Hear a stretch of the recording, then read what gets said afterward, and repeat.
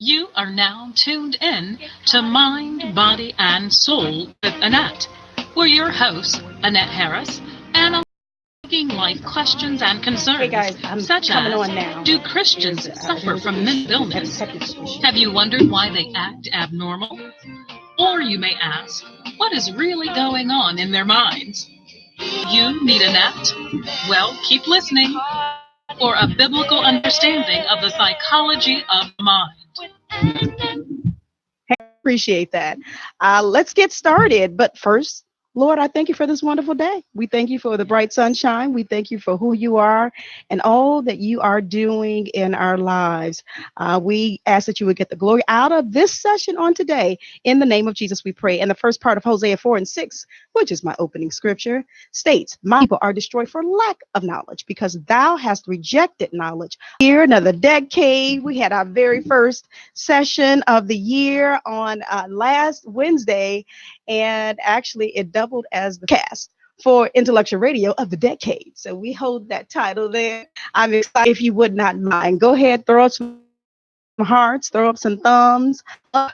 I would appreciate it, and let someone else know that we are on. You guys have been waiting for this show on today. The other way you can listen to us, aside from my Facebook page, is YouTube. If you go to YouTube and type in Get Caught in Annette, Annette spelled Anet on the YouTube channel. And then, of course, we're here at the wonderful, wonderful Intellectual Radio. And this is where we're airing live at on today. So are you guys ready? Are you ready? You see, sitting next to me, to my immediate right, the only other person in the room is my beautiful, wonderful. She looks so cute. It's an honor to be here. Well, I appreciate you for coming in. I really do. I couple of days. Oh, I thank you for coming and for helping me to talk about this topic on today. It is a topic, different angles that they've taken on it, but I felt led to bring this to the forefront. I am actually going to have some individuals to. I received input on the topic of discussion because I wanted to hear from all generations. Could and see, what's in the labels, name calling. Why do you call your sister? my producer says say it once. I'm not gonna do it. I'm not gonna do it. Look, if my sister want to say it, that's her. No, she can spell it. Bitch. That's what we're talking about on today. Okay, name or label or whatever. It is just used just all willy nilly, as if I call your name Gwendolyn. It's just used just so loosely, and it's used, amongst our when you're talking about women, but also when you're talking about men too. Before you kind of get started, I just want to talk about our front. Okay. You and I had a discussion about maybe a month and a half or a couple months ago about how this word, especially amongst Black women, really, really disturbed me. And I'm sure we'll get a little bit in depth about, where I hear it all the time, and it just really irks me because it has never been a positive word, in usage in terms of humans one to another. It's always been negative. So I'm not quite sure why now it has been the norm. Okay. And it's true. It has become the norm. So it has taken on different face. It's taken on things, what's gone across. So let's kind of get started. I actually told a few individuals. Someone said they were going to call in. So whenever you feel free to call in, and I want to say this right out. This is going to be a no judgment zone show. So when you hear thoughts and why they may use it or may not use the word, we're not going to judge. I'm not throwing any. I'm not casting stones at anybody. What I want to do, of course, I really want to get to the heart of it, as I stated, to understand why it's being used, still being used.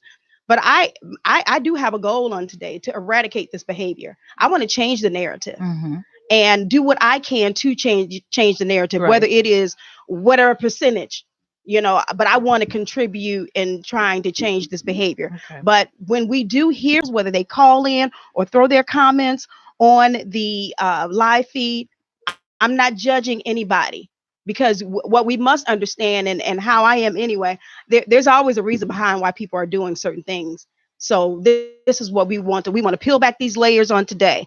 Can we start maybe by getting a definition? Oh yeah. We Okay. can do that. We can do that. Okay, so I have a couple of definitions or definitions pulled up, but from various sources. Okay.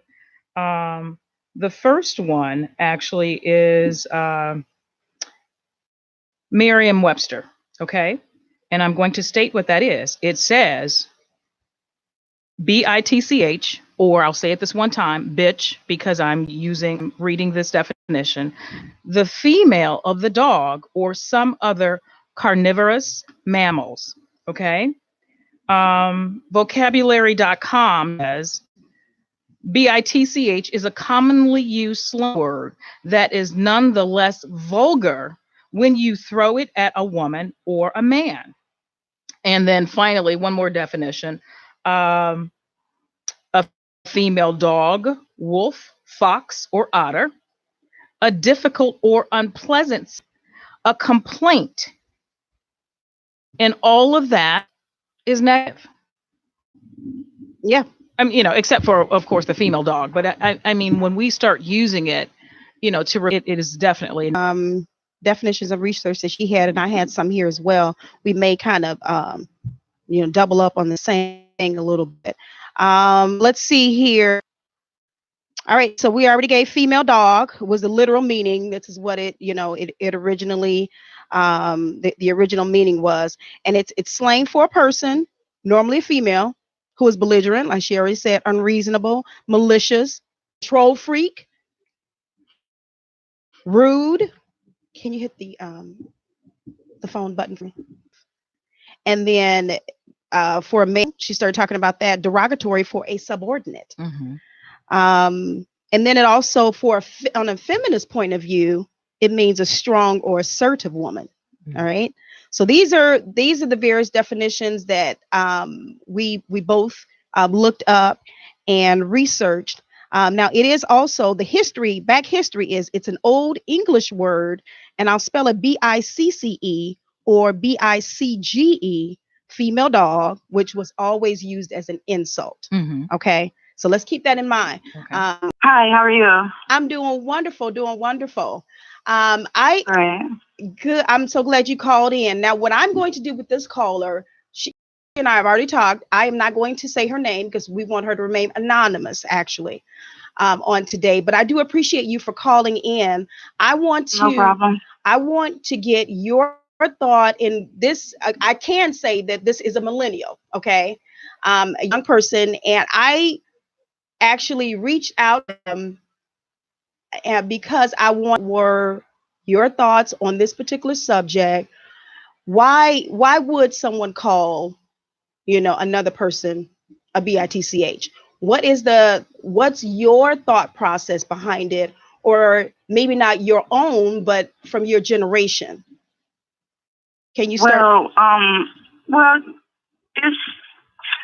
Technically it's just something like I said, you just use as a term of endearment, like that's like as you, instead of saying friend or that person's name, it's just like something that you get used to after a while, but it's like nothing you really kind of think of too much of. So it's like, it's just, I don't know, it's just like something we use, it's just easier. And then it's like, because it's like really, I started kind of using the word because I just felt like, all right, everybody else is, and it was like, and if you got offended, you got judged, like, oh, you sensitive, so it's like, okay, so after a while you just get used to it. But sometimes it do, like, if you, get into the session, you got into it with somebody and they call you that, then it is awkward because then you get like offensive. But then it's like, normally we do call each other that just because it's like,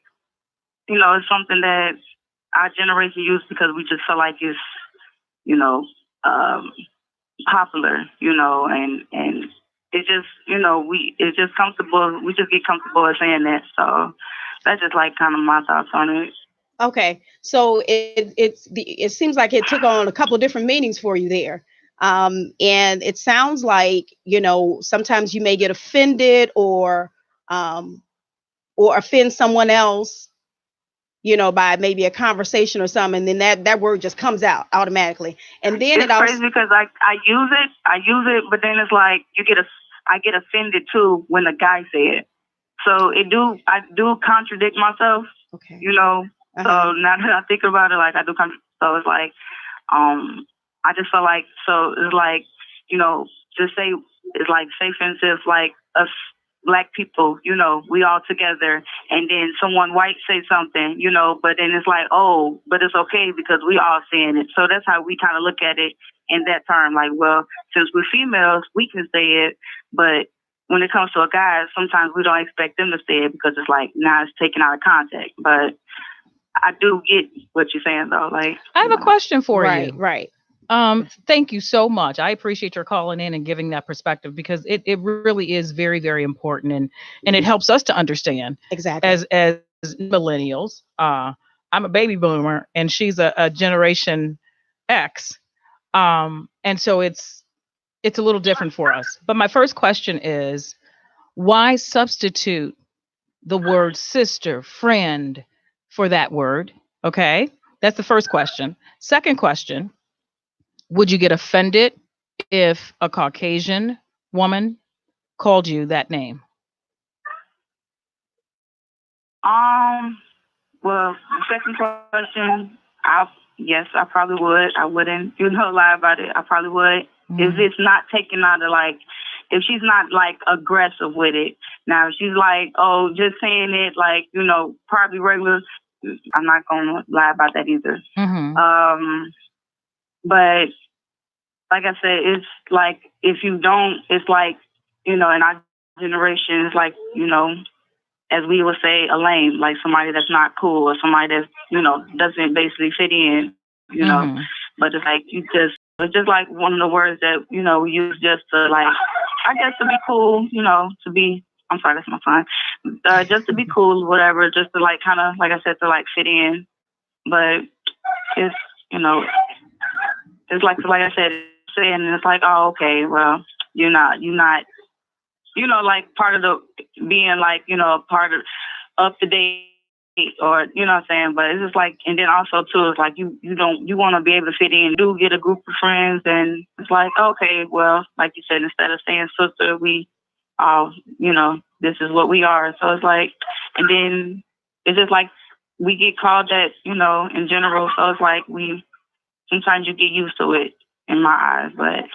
Right. Okay. Those are great questions. Thank you for asking that, and thank you for responding. Now, what is your age range? Give me your age range. 27. Okay. All right. So, and I also had received some other input from someone else that's around your age. I was trying what the generations that use this, and they're in answering her first question was answering my next question, because I would say, so how does it feel to you when you're around those individuals that normally use this word and you don't use it? Do you feel left out? Do you feel, oh, I need to use this to fit in, type thing? Is that normally what's kind of running through your mind? Just a little bit of both, and it's like I said, sometimes it's just something that you used to hearing, and then like you do just get it's not technically pressure because you can't make nobody say anything, but it's just like you just get used to it, like it's just just easier, and you don't really think too much on it sometimes. In my eyes, like you don't really think too much on it, that you really put each other down by then, but it's just like that's literally like all we do. You get used to it, and it's like I said, even in arguments you say it, and when you being just having a general conversation said. So it's just like something you just get used to. And not saying it's the right thing to do or the right thing to say, but right. Touching on this subject today, talking about this subject, do you think that we are just meddling, or do you think it's a good discussion to have? What are your thoughts? Of course, I feel like it's a great discussion to have. I had I was talking about it to my friend, and it's just everybody, everybody do have, their different opinions and different mindsets about it, and it's just like, but I think it is something that should be talked about, because, it's just like we are in a way, bringing each other down by saying that, but, I do feel like, this discussion will help, even if it helped one person, it has helped me, because like I said, I didn't realize that, I've been literally contradicting myself, by accident or, or just in general, but Right. I appreciate it, myself. So. Okay. Well, thank you so much. I would love to keep you on for the entire time. Yeah, but I know me too. To tell you how you feel when you hear these words, how it makes you feel. You probably know where it comes from, but just from your perspective, okay? And I'm reading callers, okay? I'm literally reading. Move, bitch, get out of the way. Get out the way, bitch, get out the way. Oh no, the fight's out. I'm about to punch your lights out. Get the F back, guard your grill. There's something wrong, we can't stay still.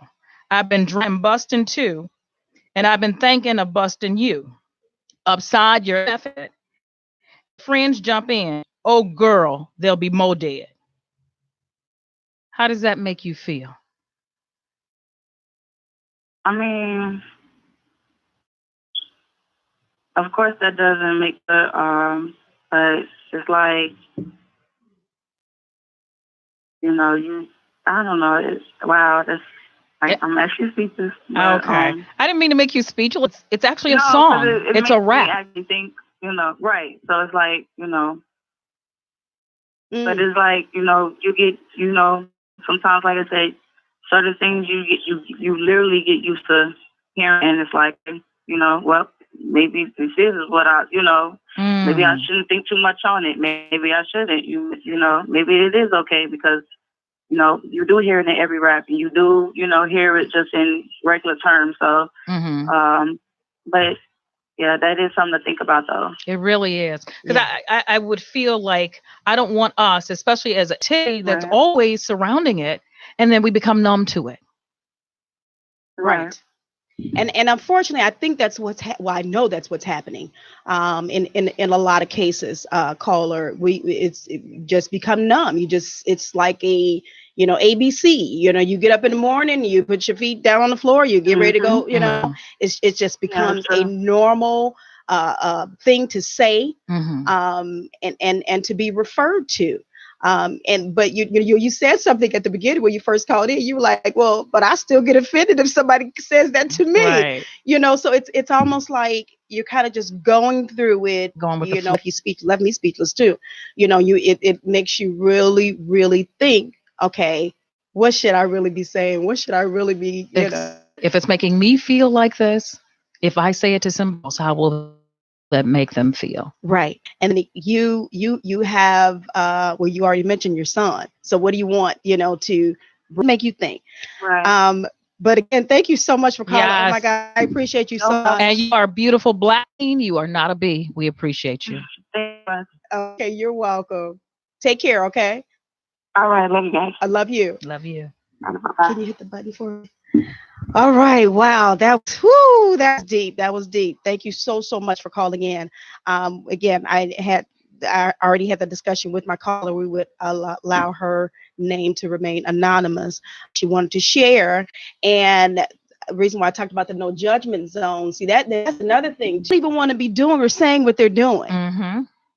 And sometimes anonymous, and, trying to make sure that her viewpoints, her input was brought across, in the way that we could, again, understand. Because it's real. Whether real. People choose to understand it or not, this is reality. It is reality. And this is bringing forth reality. And they should not be inhibited about discussing it. And I'll go you one further. The reason she agreed with you to even call in is because she feels an uneasiness about it. And deep down, she knows that it's not right. It's not positive. Right. It's not good. It's not edifying. It doesn't uplift. And so that's why, honestly, whether she might it or not, that agreed to come on, and I appreciate that. Oh, I do too. I do too. And actually, that was a last minute contact for that individual. I did contact them at the last minute. So again, I appreciate them. This is watching. Demetria Triplet is on. Anita says the reason this word is used because there is no relationship with God. All right. Aisha is on. Beatrice is on. Also, another comment: if you are in right relationship with God, this word is not tolerated because bitter and sweet water can't run out the same fountain. Which, again, we're peeling back layers to understand why. Okay. Let's see. Lack of respect for each other. Miss Shaw Thomas is on. Demetria Pitts, we appreciate you. Buddy says, in my opinion, we've allowed the B word to become commonplace. We've done different generations respond to it differently. The older generation take more offense to it, while the younger generation use it like drinking a glass of water. I agree. And just says that's sad. And her response, hey, Moni, I see you on. I see my niece is on. I think Netta is on. If you guys are able to call in, that's fine.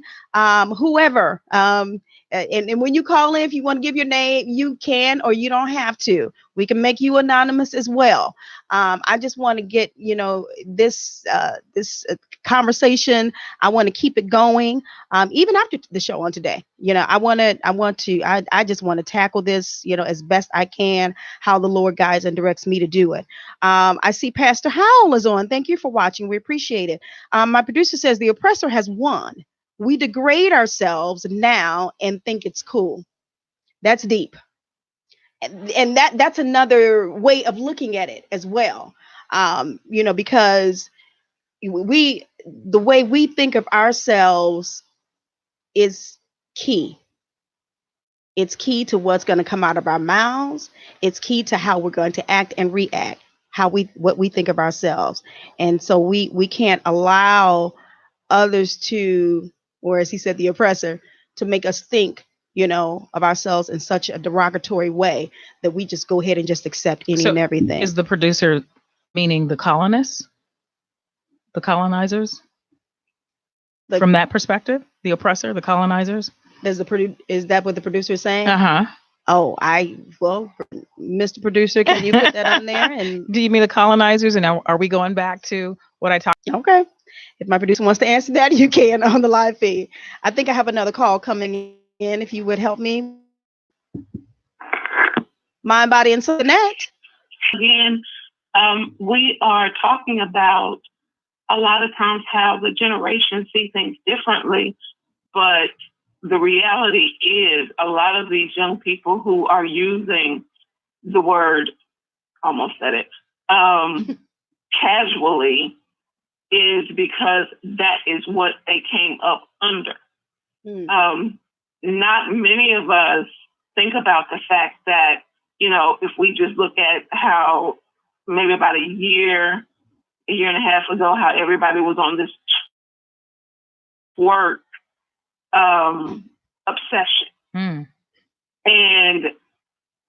But my generation and above forgot about when Luke and not the one from the Bible, but when Sir Luke and all of them were putting out the song, Doing the Butt, and how everybody was out there rocking and rolling and popping their behind. And so it was okay for us, it seemed, to do it because that was what we came up under. It went to the next generation where, we were desensitized to shaking our butts, so the musicians and the artists, and my generation started putting out stuff that embraced that lifestyle and that action, and the same thing with the language that was in the music. Music went from the Temptations into the hard rock, pop, era. Then we moved into, the subconscious era of music, like, back in the day with the Kool Moe Dees and stuff, where music actually had a positive pro-Black message to the Sir Luke, to the NWA, to the Public Enemy. They had stuff thrown in there here and there, to the Tupac and the Biggie, where everything was bitch, hoe, blah, blah, blah, blah, excuse said it. And so our children grew up actually hearing that and seeing us glorify that. So now that was second nature for them, those that came up in that environment. So now those of us who did not grow up like that are looking like, well, what's the problem? We created it. So what are we going to do to help fix it? And today's session is a prime example. What we sit by doing the dialogue. On that, I'm out and I'm listening again. Thank you so much. I appreciate your comments and calling in on today, Demetria. But I also believe, just like you're doing now, I don't think this is new in terms of different people, especially in the Black community, speaking out again, especially with, doing the school days. And even then there was an outcry. I remember it distinctly. Like, I tend to agree. It kind of waxed worse and worse as the generations went on. Oh, yeah, definitely. It's so important to speak out. Each generation, and as the years passed, different meanings and different connotations came with it. So can you hit that for me? But thank you again for calling in. Let's back to Face 5. There's so much here. I don't foresee me taking a break on today. We're just going to go straight through. Anita says here, but if it's a female out of your group friends that you don't know, I have still get offended. Key Marie, thank you for watching my niece. My nieces are on here. I appreciate you all. Michelle Thomas says, we're living in horrible times when this word and N-word is considered a term of endearment. Yeah. And I'm going to read another, someone else submitted their comments to me. Another comment here, when the children hear these words come from their parents, they think it's okay because we are supposed to be their first teacher. So they learn from us. I want to stick a pin in that because I want to address that as well, Anita. That is a very good point. And also how we are, and I think Dee was kind of alluding to it a little bit, how we are presenting ourselves too. So, some things kind of trickle down, whether it's the rap music or what have you, they're getting it from somewhere, they're seeing it. And, as the caller stated, yeah, I see it. So it just became a norm for me because I see it, I hear it. This is definitely something that we need to change around. We have to change this narrative. Jeannie says, as a young child, if you called a woman that, it meant not human, and I would be ready to fight. Now they act like it's a term of endearment. Don't understand this generation. Thank you. That's our cousin, Jeannie. Thank you, Jeannie. Michelle says, we as a people must do better and rise above using terms like this with one another. Inclusion, ignorance of its history, environment, grew up with that as the norm. That's from Demetria. Hey, I see my other niece is on. If you want to call in, you can. I never gave out the phone number. I'm sorry. 708-223-8953. I just jumped in full force with this on today. 708-223-8953 is the number here at the station if you want to call in to join in this conversation with us on today. And or you can continue throwing your comments into the comment section here on the Facebook live feed, on YouTube, wherever you're watching. Demetria Pitts says, this is a classic case of our people not understanding the true meaning or history of words. In addition to embracing offensive words, but taking ownership in an quote unquote effort to psychologically lessen the damage. The same as we did with the N word. My nigga is what she has it. Well, she kind of endearment, for example, Training Day. Yeah, Training Day was deep. And in rap music, but a lot of rap music that was. I really kind of want to give a shout out, and my dear friend actually this up to me a little bit earlier this morning. And I think this to the fact that, yes, some of us have always been speaking out against, these derogatory, and phrases. I'm going to read just a couple of stanzas from Queen Latifah. Okay. You don't spell out words this time, right? Unity. Okay. UNITY. That's a unity. Love a black man from infinity to infinity. UNITY. Love a black man, infinity to infinity. I'm kind of jumping here. Instinct leads me to the flow. Every time I hear a brother call a B or a hoe, trying to make a sister feel low, you know, all of that gots to go. So, you know, she pretty much dedicated an entire rap song to combat, you know, the fact her black counterparts, you know, throwing this around. And if that doesn't tell you something, I mean, you know, then I don't know. I don't know what Exactly. will. Exactly. You know, it's there's so much, and I know we're not, of course, not the first to tell this. We are amongst those who are trying to do something about it. You know, they had the baddest bee in the 1980s that started. It says it turned violent and mystic with that. 1999, there's some, I don't even know. See, yeah, y'all know I'm a church girl, so some of these names I don't know. It says Trina made a symbol of empowerment with a hit single, "The Baddest Bee," and in that one she was saying it meant you're smart, powerful, and in charge of your sexuality. So that was a different turn that it took. Okay. And they were saying when I was doing research that that particular song was ahead of its time. That was in 1999. In 2012, the FCC unbleeped the word though on TV and said it was harmless. They unbleeped the word B. Okay, BITCH. But That that was was in that was in 20. because its original meaning. Right. But what I'm saying is that they allow, they're saying it's harmless, and but you know, definition there, it's taken different connotations, and this is what we're bringing out onto was saying they don't understand this generation. Some of them don't really know the background of it. They don't understand it. Um, when there's, you know, terms of talking about feminism, right to vote, they use that word, the word "be," in reference to that. There was another song. Let's see. I think I'm jumping ahead of myself. Okay, so it has in 2012 PTAT a song Boss A Nicki Minaj. Boss A-B, B-I-T-C-H. Okay. She had that. She redid that one. Britney Spears, of course, a work, B-I-T-C-H. And that was in reference to exercising. Beyonce, of course, bow down. Yeah. Hearing these words and then hearing them in songs, whether it's rap songs or whatever, this is what they're pulling from. This is why they're using these words. They're thinking, okay, I'm going to call you. Yeah, you my girl. Mm-hmm. But I don't know, it throws individuals off because of the history, because of the background where it came from. And it's almost it's different because you're trying to change it around now and say it's a positive thing.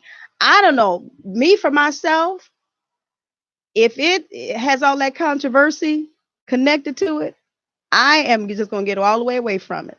That's just um let me hop back over here to Facebook Live. Let's see. You are so right because people are holding jobs and hear this language. It doesn't look good at all. Um, my producer says, I think it started in the music. This is a great topic. Deanne is on. Dr. McGee, we appreciate you. Dr. Hill says, I feel this is a result of lower standards, what we have lost as a race of people or Black women. Deanne says, ill, physically ill. That's how it makes me feel. Thank you for that, because actually it would make me feel the same way. Dion, thanks for watching, cousin. If you have any input, if you haven't thrown it in the comment section, please do so. From a male perspective, I'd love to hear from you. The word becomes normal to this generation. Brandy is on. Demetri Pitts says self-reverse psychology. Uh-huh. That's interesting. It makes me look at the person and reminds me of what I looked and sounded like before God delivered me. Apostle Ruff, I see you on. Thanks for watching. Please comment if you can. Let's see. It fosters a lack of respect, and it is sad that we should be addressed.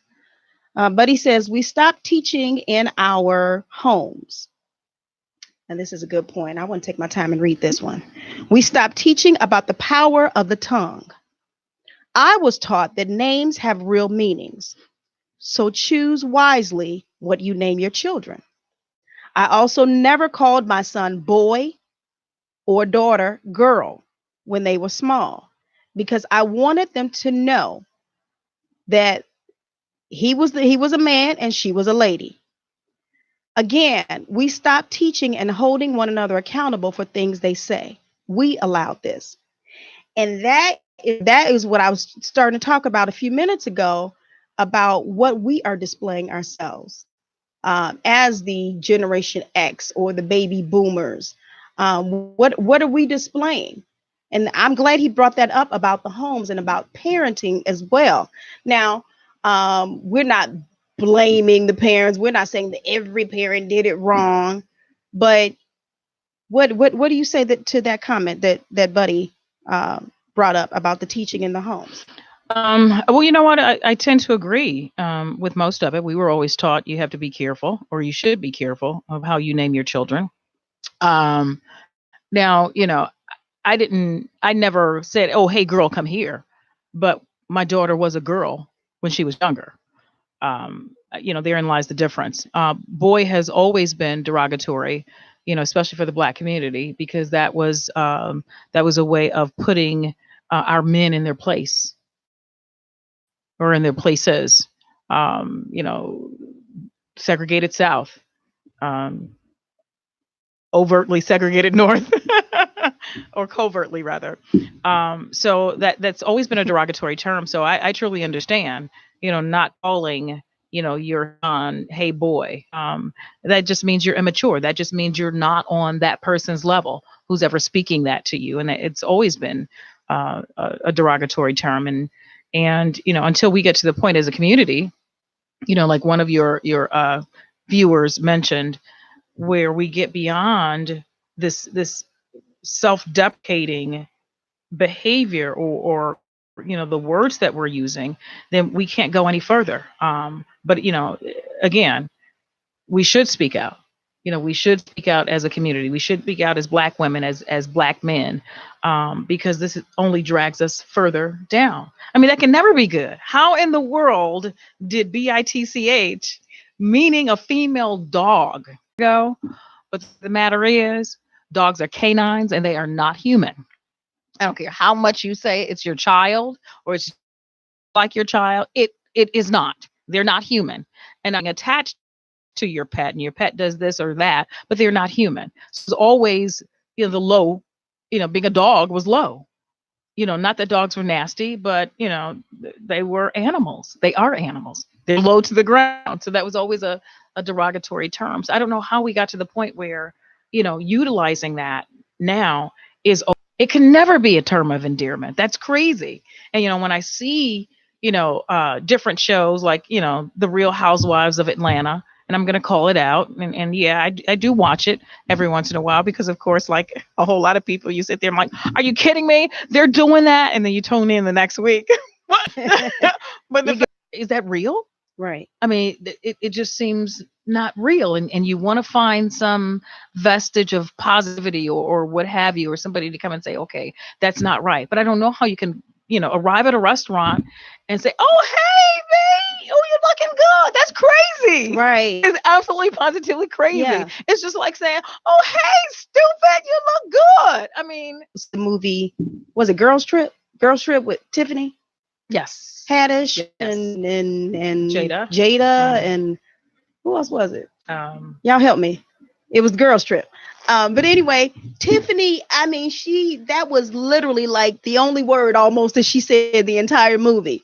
Yeah. As she's referencing her, the trip along, finding this one, and and this, y'all my bees, y'all come on, bee. And then of course during the course of the movie, they end up getting upset with one another or whatever, and I don't care about. And then when they finally, but y'all know I love y'all, whatever. Mm-hmm. So I'm like, okay, I'm sitting there looking at this movie like, really? Use her name, but that's how she was using the word "be." Right. And I'm like, okay, this is some crazy stuff here. Oh, what about your sister? Right now, hey sister. And I guess because like when you look on Facebook, or if I'm making a comment on somebody's post, I'll just say Angeline Lane. I call her lovely. That's how I look at her as this.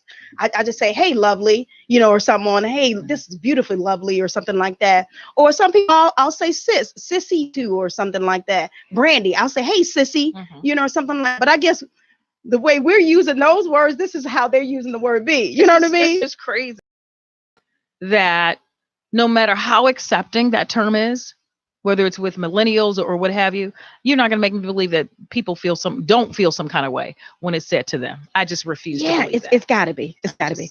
Let me hop back over here. Oh, my gosh. Tanya Mingo, thanks for watching. Janice, my good friend, is on. I call her sis. As a matter of fact, she was just telling me earlier today, she knows of some individuals, that she's around sometimes that they just use that word just out their mouth. And I asked her what age range they were, and they were in the 30s and 40s using this word. So it's not just the 20-year-olds and one younger than that. It's like they're all kind of ages. Angela says our words reflect how we feel about who we are. That's right. I agree. Changing our thoughts changes our view. Self-love. I love that. Yeah. If I can put 1,000 likes on there, 1,000 loves, that's a perfect comment there. Self-love. How do you feel about yourself? Is that how you feel about yourself? If it's not how you feel about yourself, then don't do it. Don't just hop in with, in the river with everybody else. Or you may feel that way about yourself, but that doesn't mean everybody else is. Okay. All right. I was going to go the other route too and just say, how mom always taught us to be leaders, not followers. Don't just hop in on the bandwagon because everybody else is using that word. Exactly. Demetria Pitts says it's akin to some who name their children Tequila, oh my goodness, Mercedes, Ciroc, Maserati. Sorry, forgive me, I didn't mean to laugh. There was a time named perceived status. I get it. Brandy says, honestly, a relationship with God shouldn't be required to know how disrespectful, amen, derogatory, and degenerative this term is. That's right. I have friends to call me that any more than I do my state friends. I agree with that. Nadra's on. Hey, my friend, thanks for watching. All the way from Indy. Brandy says it's being pushed by our culture, the media, and singers/personalities that we idolize as not only normal, but the hot way to address each other now. You cannot watch a TV show without some woman calling her friend, enemy, or stranger a B. And then it gets all, convoluted. It gets confusing. Who is the B? Who is your friend? Who's your enemy? Right, I don't know because you're calling everybody that name. What are you calling your enemy? You see there. Oh, okay, nice. It says Queen. I wore them today on purpose. Queen. Call me Queen. Don't call me no B. All right, here we go. Let's see. Demetria Pitt says, Demetria, I completely agree that the previous generations lit the fire for this behavior. The biggest difference is there was balance between the world and the church. Nowadays, it's real difficult to see and hear the difference. I agree. And that is going to hopefully be maybe resolved today. Hopefully we can touch that as a resolve. Because we don't want to just keep throwing off on those that use this term, use this behavior. I want to see what I can do to help. If that means me changing something, the way I present myself or what have you, or how I and then also showing love. Yeah, let's talk about, just like you read those words to her, up down. How does this make you feel? Let's try to come together and change this narrative. Okay. Let's see here. I'm getting a message that some people are trying to call in. We want to make sure, let you all know, if you're just not joining us, I'm not sure if it's labels or name calling. Why do you call your sister a bitch? This is what we're talking about today. Why would you? Why should you call your sister a bitch? And I'm not only talking about the sister with the blood. Y'all got the same blood running in your veins.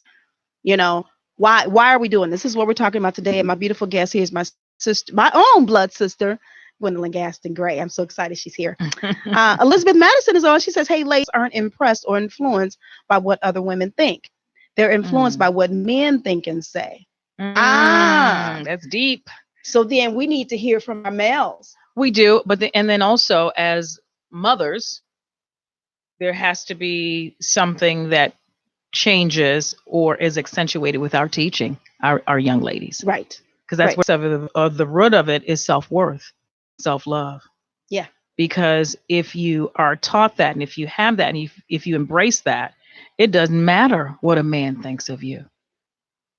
It matters we hear or Right. whatever, or Mhm. folks hopping in my inbox and this, that, and the other. No. Mhm. You know, I appreciate how he talked about his children Mhm. and what we should be instructing our own children in the home. So yeah, I believe it all wraps up and ties Yeah, back to that. I agree. Definitely. Thanks for the comment, Pitts. Let's see. Now that is used professionally with women using it as, yeah, boss, BITCH, everywhere you turn. Yeah, I agree, and I don't get it. Oh, I just can't imagine. I know. But you know what? I wonder what would happen. You know, like they say, "Hey, babe, what's going on?" You get popped in the mouth. Then what happens? Then what? Is she wrong by popping her in the mouth? Well, who is she? Is she the Whoever it is Whoever. in that circle of friends. Yeah, I may be one of doing the popping. Oh, I will pop you. Oh, without a shadow of a doubt. You call me, don't you stand anywhere near it's me. Going down. Oh my God. It's going down. Because at the end of the day, respect, name of the game. Mm-hmm.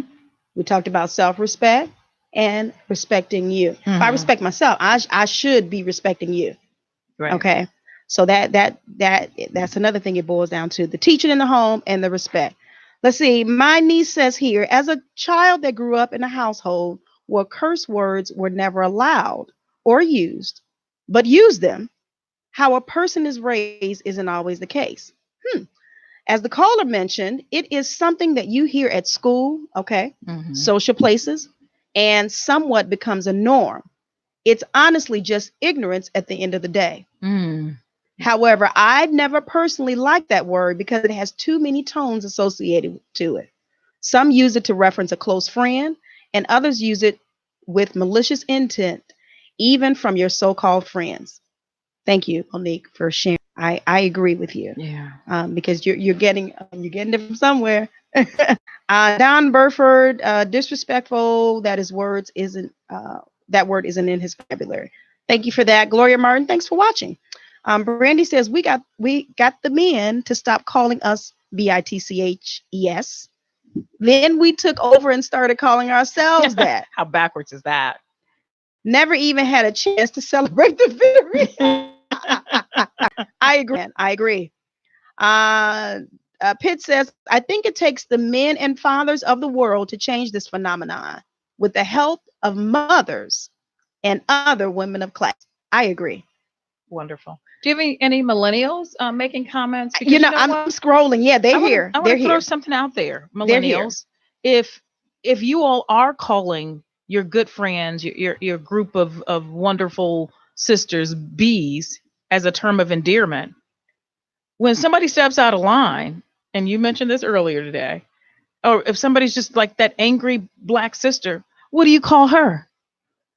Right. Okay. What's that term? Right. If you're talking to somebody else, oh, Gwen was acting like a what? Okay. I mean, I would love to know. What would they what's the label term? or define Yeah.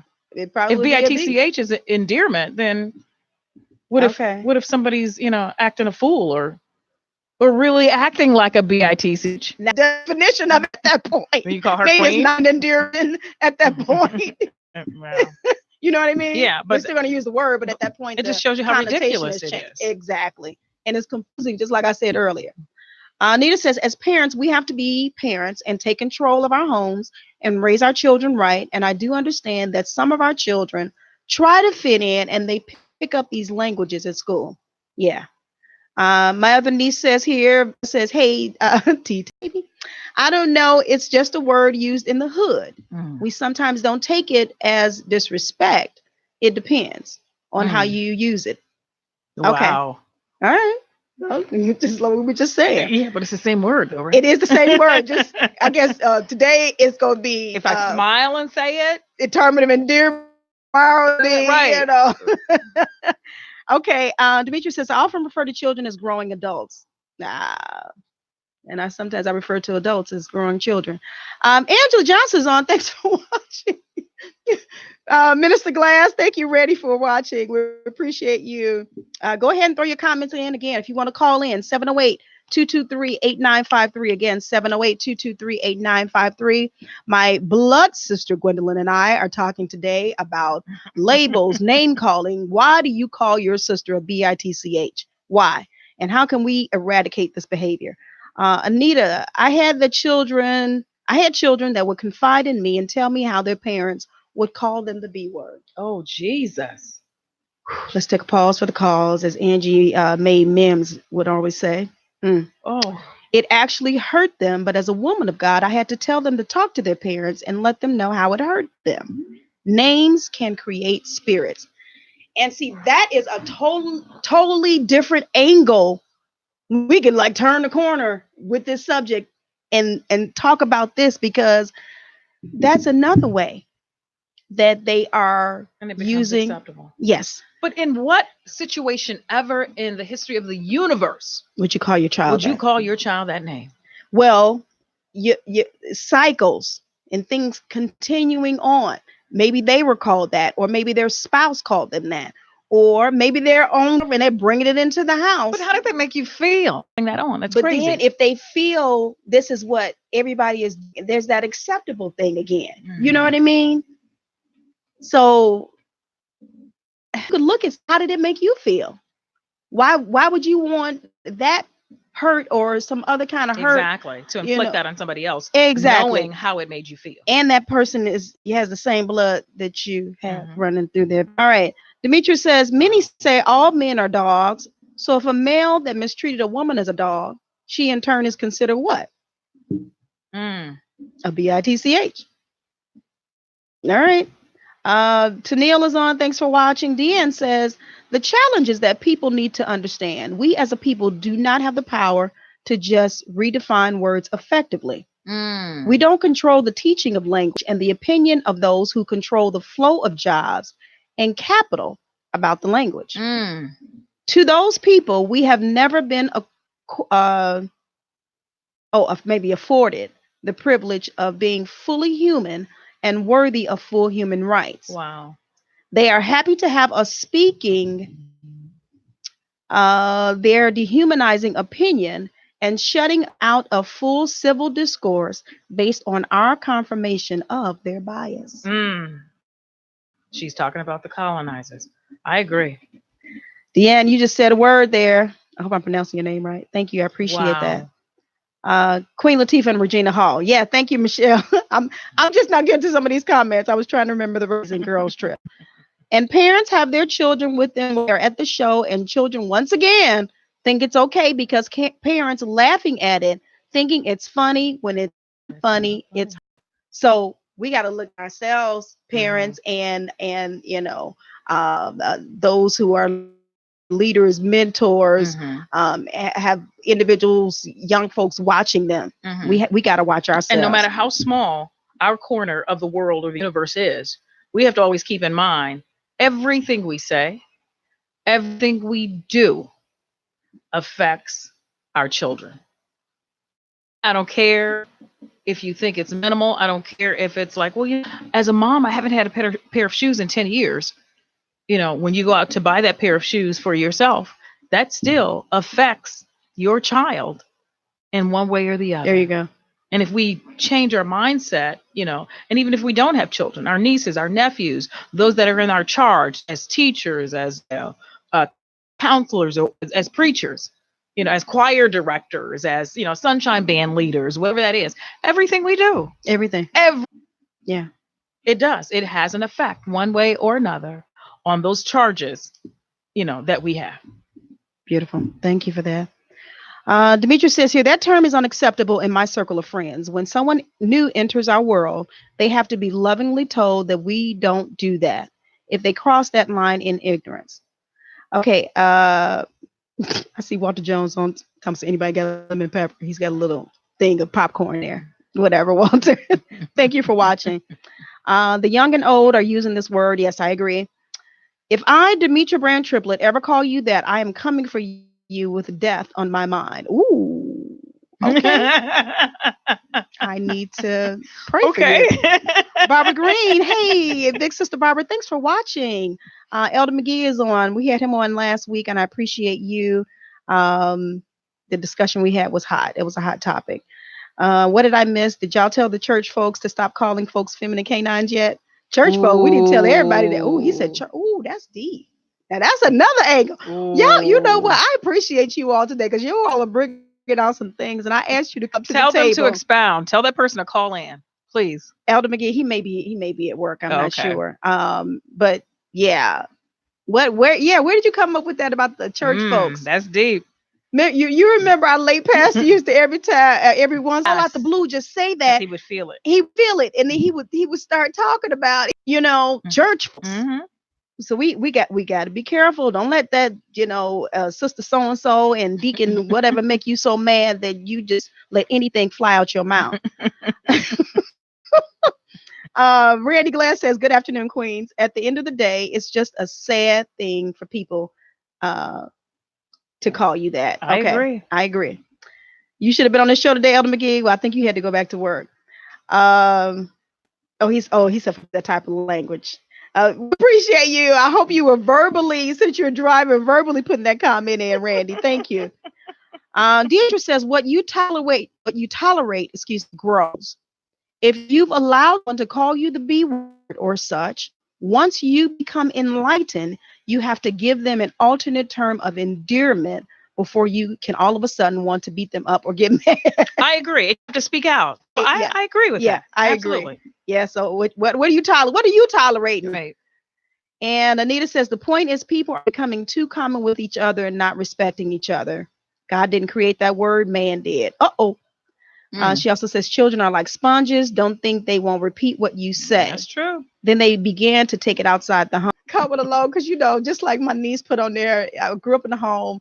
I didn't know how. I didn't know how to use the cuss words. I didn't know when and what instant. Does that include when you would say fork? Fork? In place of another word? Oh. My sister's perpetrating here. What do you mean? When we were little, there were alternate words created because of what we heard and what we knew, and we knew we couldn't say the actual word. Right, but I still didn't know how to use cuss words. Is my point. So I didn't know what to say.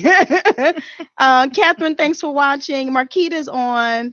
And cousin Alice, thank you for watching. We appreciate you. Looking to all generations that use that word. We had some even online that actually gave their thoughts about this particular using the use of this word rather. Let me read a response actually from what I have a lot of goddaughters, so y'all don't know which one this one is. I'm not going to say her name. So this is from one of my goddaughters. She says, because I asked her, I said, give me your thoughts. And I know she's at work today, so she wasn't going to be able to jump in. She said, it's a term of endearment, a symbol of real love. Melissa says, outsiders can't call us that. And she said, laugh out loud, but she was serious. She says, it's like you have to pass the test to have that privilege. This is their thoughts. And of course, we know better, but we don't care. It'll take time, maturity, and increased vocabulary for us to take into consideration that we don't need to use that word. Wow. This is a millennial. It's just like the N word. Everyone knows it's looked down upon, but it's our language, our word. Okay, so that's deep. That is very deep. And that's a wonderful explanation. Yeah. But I challenge every single one of them because she made an admission in there. She said, until we mature, until we read and learn more, when does that happen?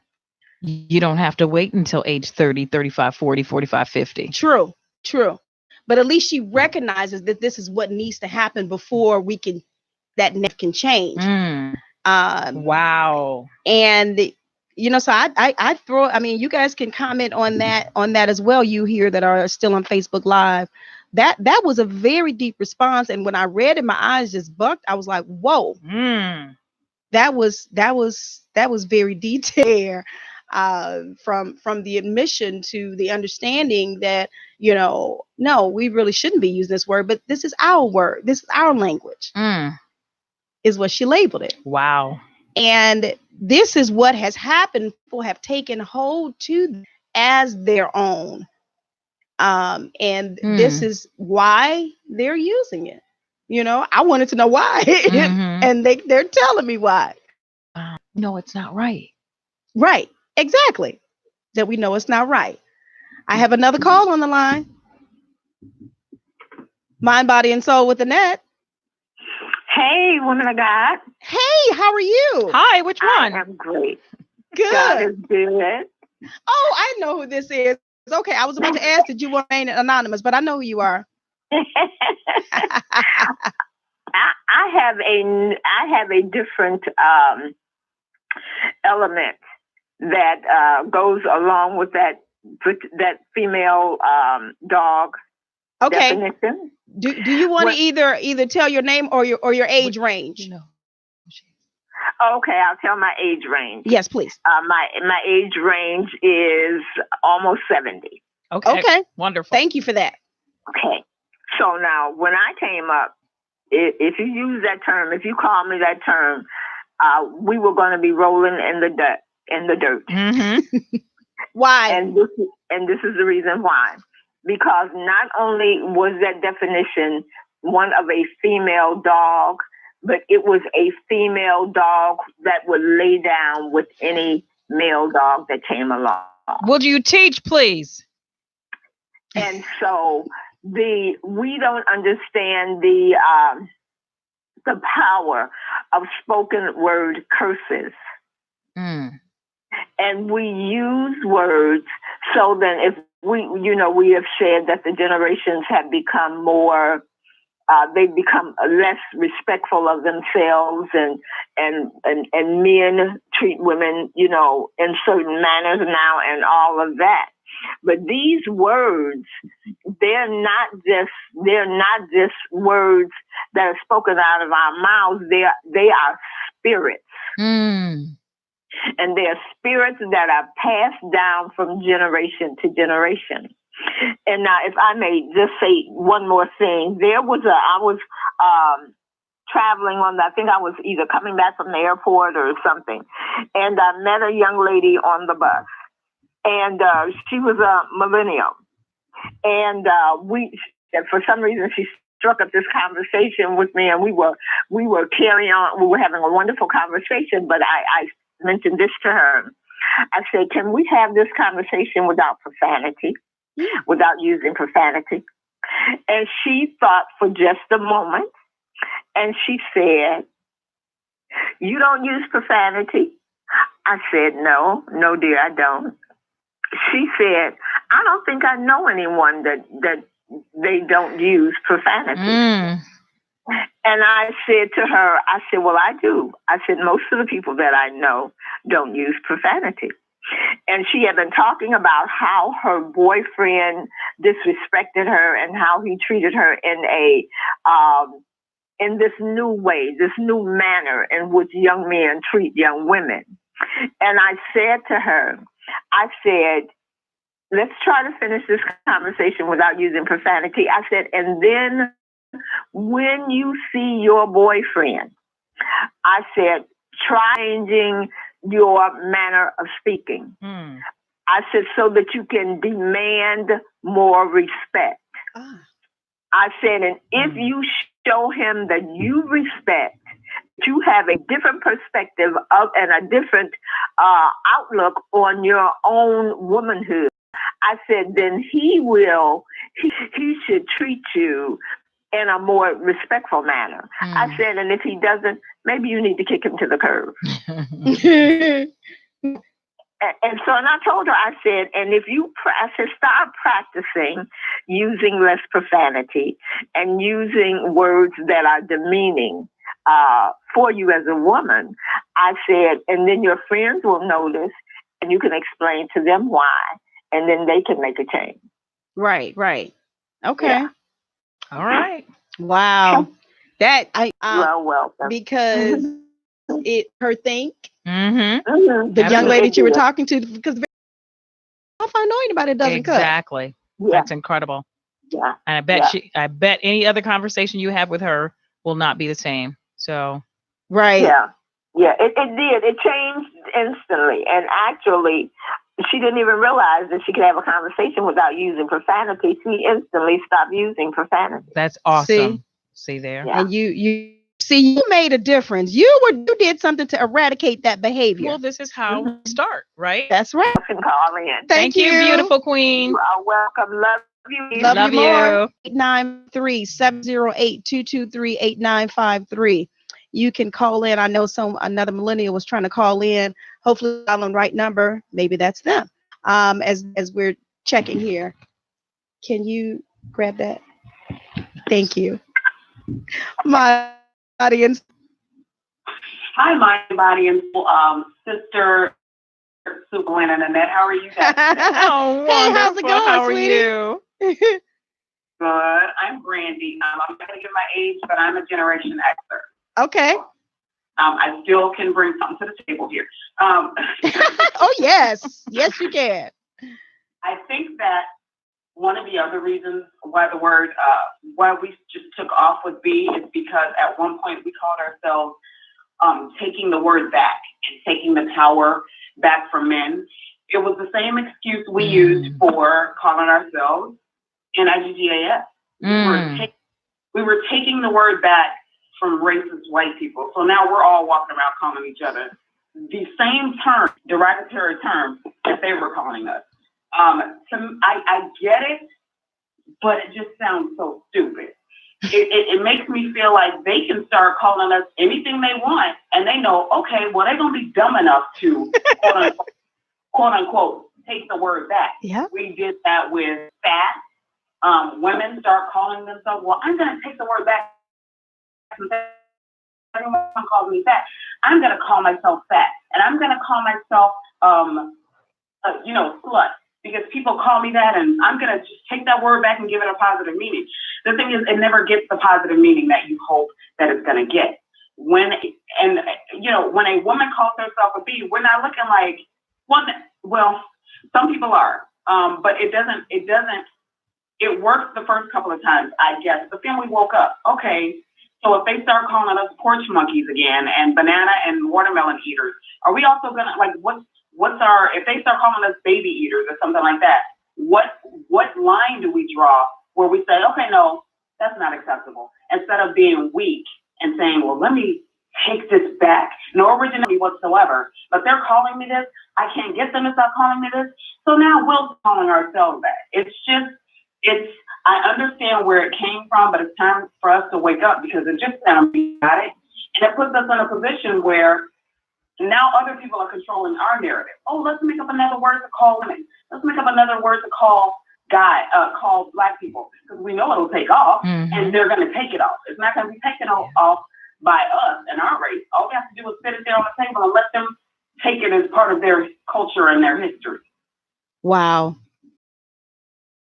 And you're right. They keep doing it because they know that we're going to take it and then start using it. I think we should really examine the definition of taking it back, because I think we can take it back, but we need to throw it away. There you go. Tear it up, throw it away. Exactly. So, take it from them, which means stand and say, don't you ever call me that again, or don't to me that way. But then don't use it amongst ourselves. It's just, you're right. That's backwards, but I believe that's what's happening. Yeah. It's good stuff. Good stuff. Thank you for tackling this. I am back watching.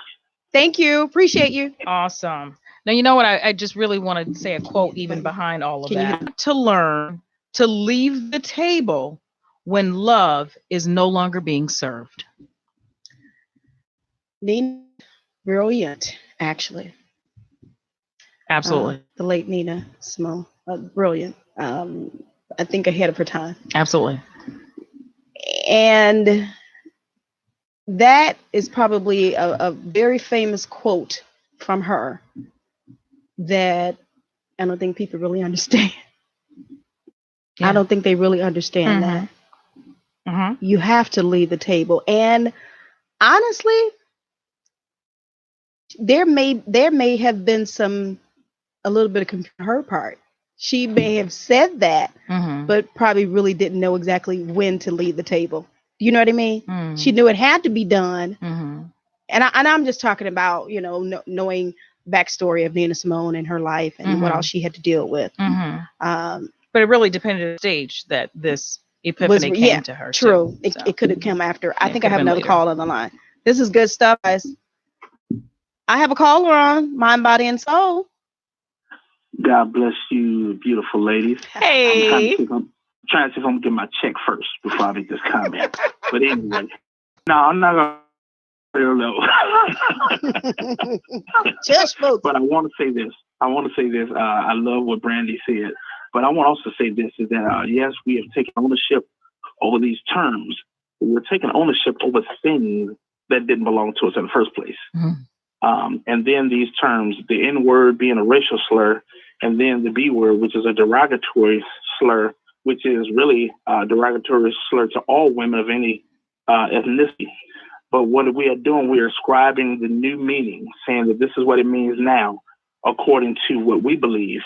But the base, the bottom line is that we cannot redefine the word because if you look it up, the original meaning is still there. It hasn't changed. It never changed, and we might change in our urban dictionary, but when you look it up in the Webster's and any other dictionary that's read all across the world, it still means the same thing. Yes. And so we need to stop taking up ownership of things that never belonged to us in the first place, and we need to start using words that build us up rather than tear us down. And truth of the matter is, I wasn't always a preacher. Yes, I cursed when I was young, but there were certain words I just did not use and certain things I didn't call people. And I just, because to me it was demeaning and I just didn't do it that way. So that's it. Love it. All right. You can cash out me my check or whatever. He always wants some money. Send the mail. Or a Popeye's chicken sandwich. Thank you so much, Elder McGee. Elder McGee has a show here on Saturdays entitled Connections at 12 noon. I was blessed to be a co-host on his show this past Saturday. So he's doing some great things. You guys make sure you check him out. We do have a spoken word from him, but I'll play that towards the end of today's show. And I thank him for that comment, again. But let's not take ownership of this, these things that are not attributed to us. I am going to let's try, because it already had that negative connotation. It's hard to erase it now. No matter what you try to say, oh no, it means this now. And again, I'm grateful, and I'll go back to even those that commented, the millennials that commented. Majority of them know this is not a good word to use, and that I should not use it. I'm talking from the ones that we heard from on today. So with that in mind, who else in that generation is thinking the same thing? So I think there's hope. There's hope, guys. There's hope. Millennials are not the only ones who believe that. I was told from my peers that it's a term of endearment. I told them I won't be called that or call anyone else that. Crystal Cooper, thanks for watching. We appreciate you. If you're just not joining us, we're talking about labels, name calling. Why do you call your sister a bitch? Why do you call her that? And again, we're not only talking about blood sisters. We're talking about your friends, your acquaintances, those that you are in contact with on the regular basis. You may share things with. Maybe your coworkers, because somebody even messaged me and said their coworkers just be around there, just be calling each other, like really on the job.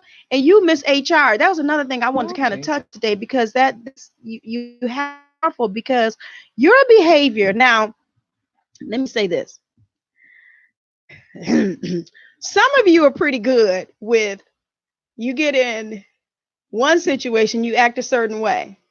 You get another situation, you know how to change and act a different way. But some of y'all ain't good at that. And you're going to take that and you're going to be bringing right on over from your personal, you just went out, kicking it with your girls, bar hopping, whatever y'all call it nowadays. And then when you get to work on that Monday, you still got that same mentality and stuff. You running, calling each other bees in your office. Really? Not sure if you're going to have that job very long. Miss HR, and I call her that because she's been HR for 30 some years. 30? Don't put something on it. Okay. 30. Shoot. I want y'all to know her real age. But what in terms of looking at it from the HR perspective or employer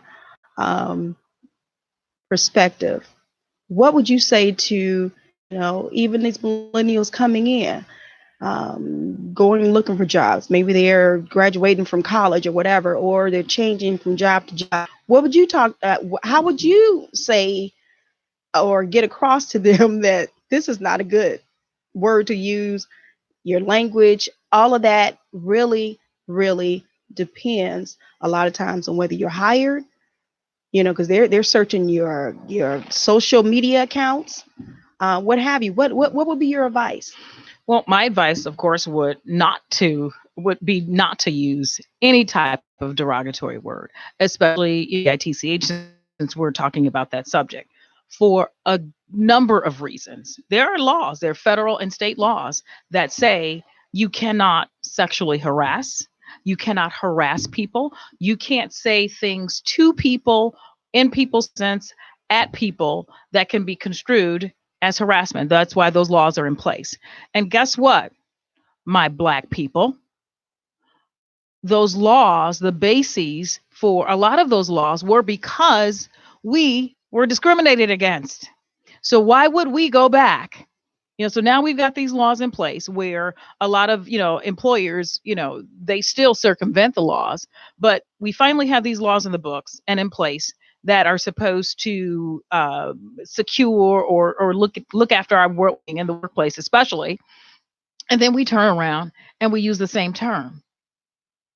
The same thing that we were supposed to have been people, all millennials or what have you, generation, X people, whoever. No, we don't use that term. So I'm shocked to even hear that some people say, well, they're around the workplace calling each other bees, because all it takes is for somebody to go and report that to human resources and say, you know what, I'm it. Because either someone called me a bee or they call somebody else a bee in my presence and I'm offended. And guess what? You can be fired for that too. It may not have been directed at that person, but it was in the presence, of another person. So, but then why would we do that? Yeah. Why would we do that in the first place? Why would we take something that we fought so hard, against, because it was perpetrated by other cultures.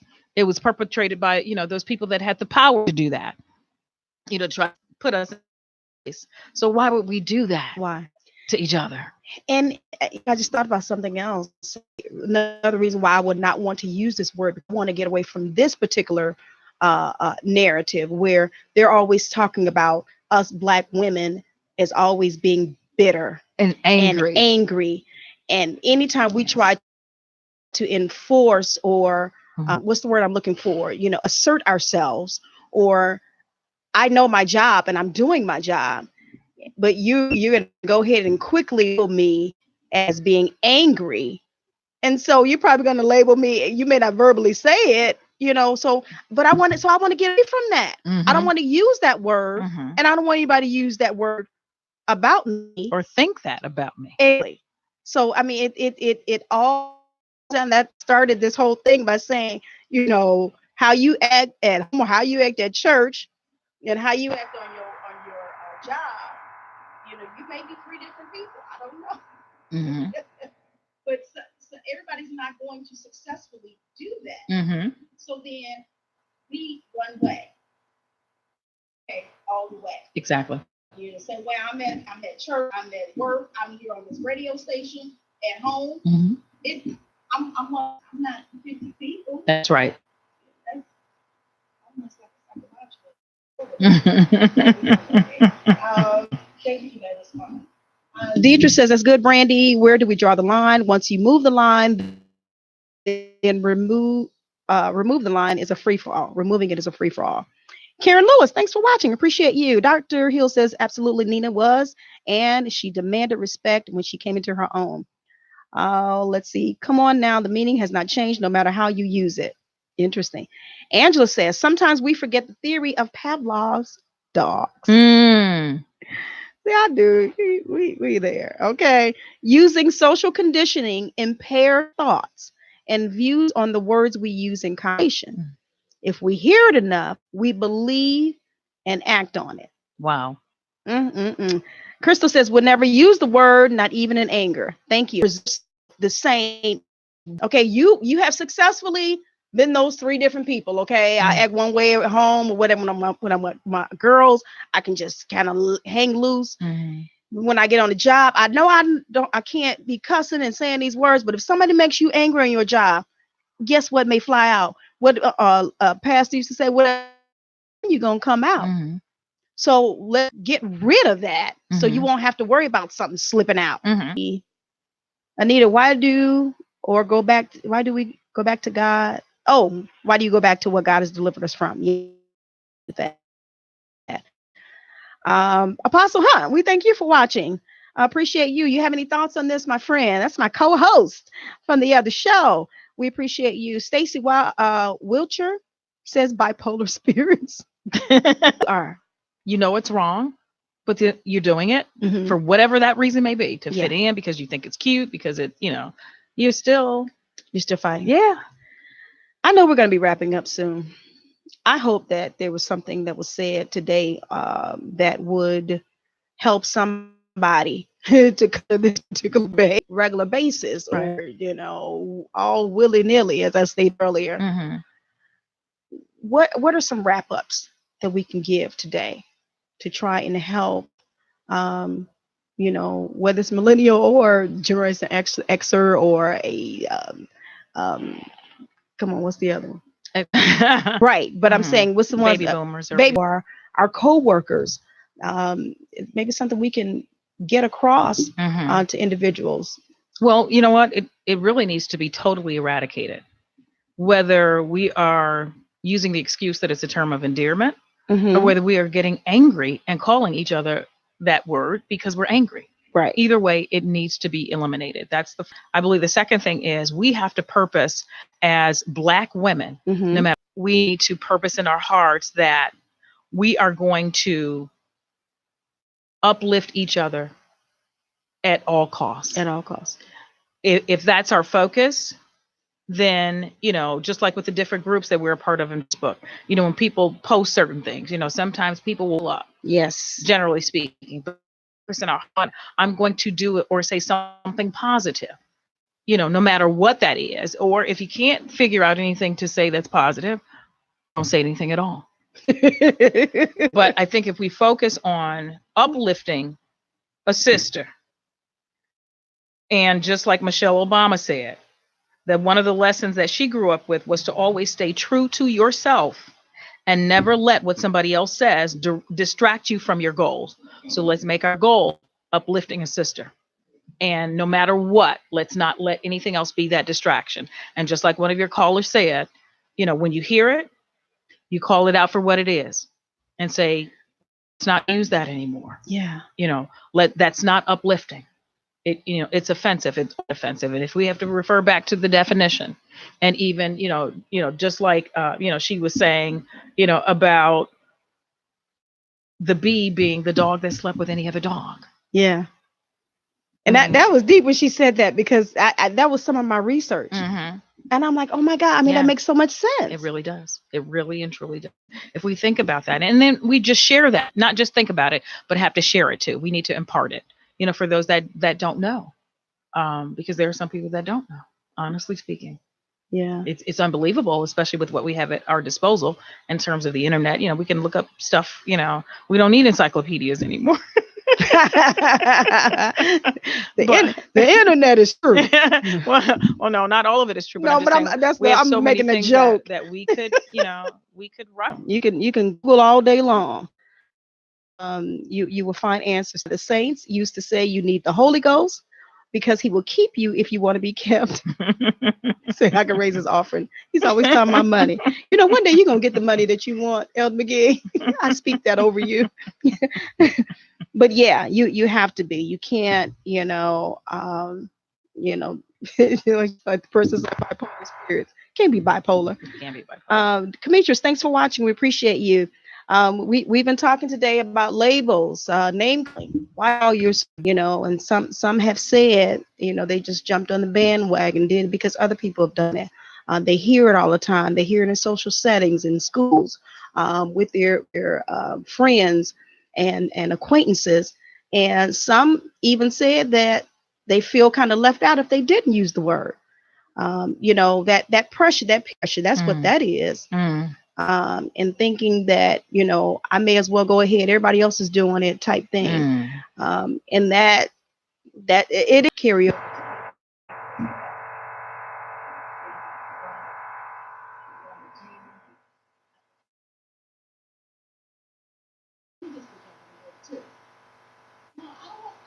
I don't want to die. Why would I jump into the river? It makes no sense to me. No.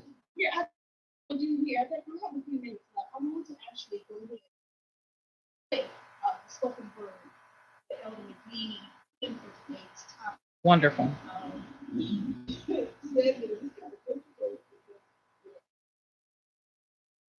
But let's take a listen. I do appreciate you repeating it, and we'll come back after we do this.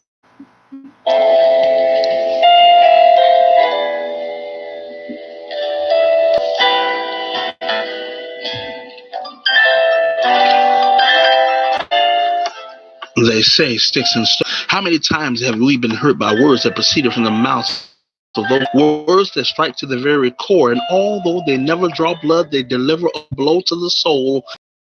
Time when we should do the most encourage, instead do the most damage, until we have become numb to the pain of the words that have become weaponized to inflict racial hatred or derogatory expletives that we embrace and wear as badges of honor, and we willingly commit verbal genocide. I have a question, my brother. When you look in the mirror, do you see the image of that stereotype that you have been typecast in that describes you as ignorant and less than human being? Or my sister, do you see yourself as that feminine canine that folks are so quick to call you as if that is the name of your birth? If that is not the image that we see, then why do we receive those labels? And why do we give them? Why can't we build, inspire, motivate, encourage, empower, propel, galvanize, excite, stir, and persuade one another so we can replace the old adage of sticks and stones with sticks and stones may break our bones, but words will heal them.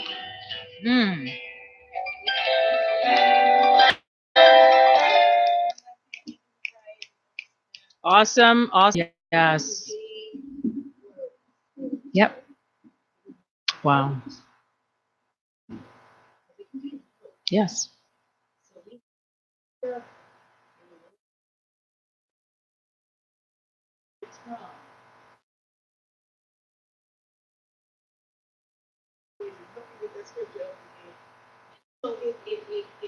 for us we take that seriously. What comes out of our mouth and what we're saying to one another. It's very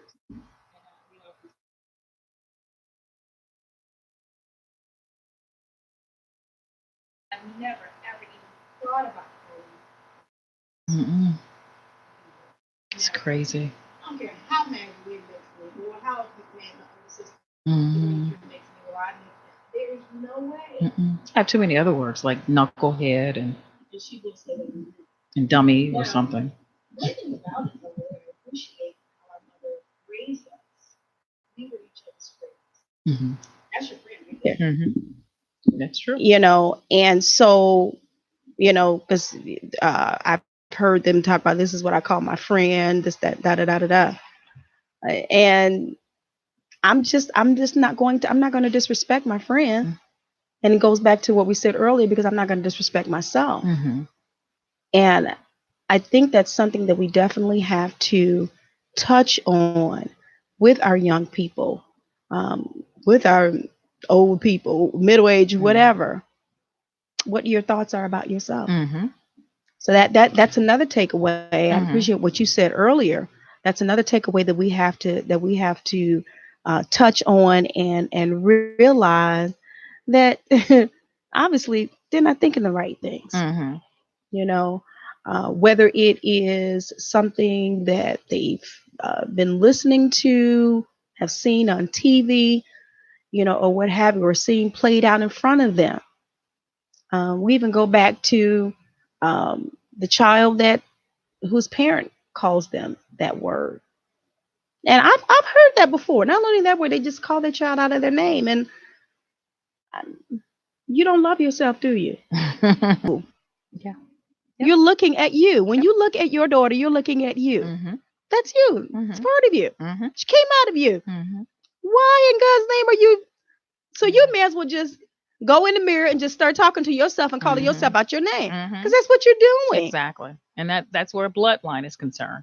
And we can even take it that, that same concept, socially or culturally speaking, because, my Black sister that I work with may not be my blood sister, but she still is an extension of me because we both share the same culture. We're so I am my sister's keeper. You are. Whether it's my blood sister, whether it's my daughter, my biological daughter, or if it's my girlfriend at work. Right. I am my sister's keeper. And I think, we just have to, we've got to embrace that. We have to know that. And that comes from self-worth and self-love. I There you mean, it's just incredible. I mean, you know what? Speaking of which, I spoke and at an elementary school graduation in 2018. And I remember, part of my speech, so to speak, to them was reciting a song, honestly, from Lettucey. And I kind of took that and I around a little bit, because I'm sure Lettucey was speaking in terms of actual love, or, physical love, or loving someone romantically, I guess I should say. But it's called All the Way. Will you love me when things get too hard? So I told the students, and I challenge all of my sisters, look in a mirror. Will you love things get too hard? I need you. And I think that if we look at that and take that to heart, honestly, then we begin, that journey of self-love, and then we start respecting our fellow sister. Yeah. You're just not joining us. I see our nephews. Hey, Mike. Appreciate you. Must have a little break there, huh? Faith, our cousin, is on as well. We chatted today. We had so many that gave their input. We had callers on today talking about this labeling and name calling, whichever one. It could be under that, either of those categories. But we were asking the question of, why do you call your sister a BITCH? So I think the bottom line, it goes back to you. What you think of yourself. And we talked about the love, we talked about the respect, which is so key. It is so key. As I called out Faith in Mike's name, there are our younger part of our family. Mm-hmm. They have their own families now. Mm-hmm. So I'm sure getting across to their children the importance of what you speak and say out of your mouth is going to be so important. It's going to be key, because they're going to have to go out into the world. They're going to grow up, so we want to make sure that we are getting across what we are supposed to our children, because we want them to infect their friends positively. Absolutely. When they go to school, thinking about the twins, Mm-hmm. I think there was something, I think maybe with Halloween or something like that. And they stood up and said, no, we don't celebrate, Halloween. Mm-hmm.